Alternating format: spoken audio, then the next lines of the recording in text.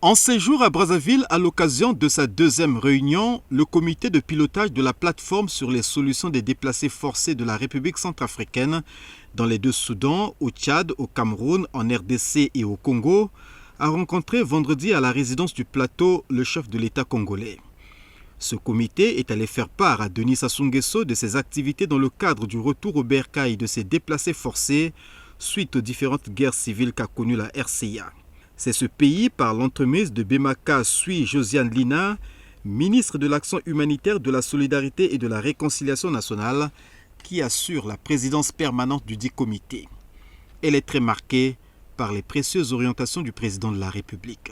Nous avons été reçus chaleureusement par son Excellence le président de la République qui nous a pris un peu à contre-pied. Nous parlons des conditions de retour, des constructions, des logements sociaux dans les zones de retour. Mais lui, il nous a beaucoup parlé sur les solutions durables dans le cadre de la paix. Le Haut Commissariat des Nations Unies aux réfugiés, à travers son bureau régional dirigé par Abdouraouf Nyon-Kondé, accompagne les efforts de ce comité de pilotage et des autorités centrafricaines. Ces dernières envisagent le rapatriement de 300 000 réfugiés d'ici à 2028. Ici, là où nous sommes aujourd'hui, nous avons à peu près 34 000 réfugiés centrafricains qui y vivent depuis donc leur départ de la Centrafrique.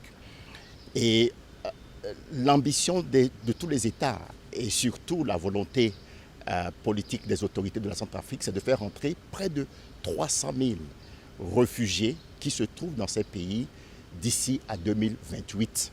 Membre de ce comité de pilotage, la République démocratique du Congo, qui fait partie des pays d'accueil des déplacés forcés de la RCA, est elle-même en proie à l'instabilité dans sa partie est, occasionnant des situations similaires. Chabani Loko Jacquemin, vice-premier ministre, ministre de l'Intérieur, Sécurité, Décentralisation, Affaires coutumières, appelle à la solidarité. La situation est assez inquiétante et je crois qu'il était important pour la République démocratique du Congo de venir marquer sa présence à ces assises de la manière la plus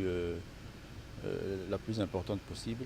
Ce que la République sœur de Centrafrique a connu et que nous sommes en train de résoudre ne devienne pas une énième répétition qui devrait impliquer encore une fois non seulement l'Afrique à travers ses nations, mais aussi les différentes institutions comme le HCR à s'investir après coup à régler de telles situations. Donc c'est aussi un appel à solidarité.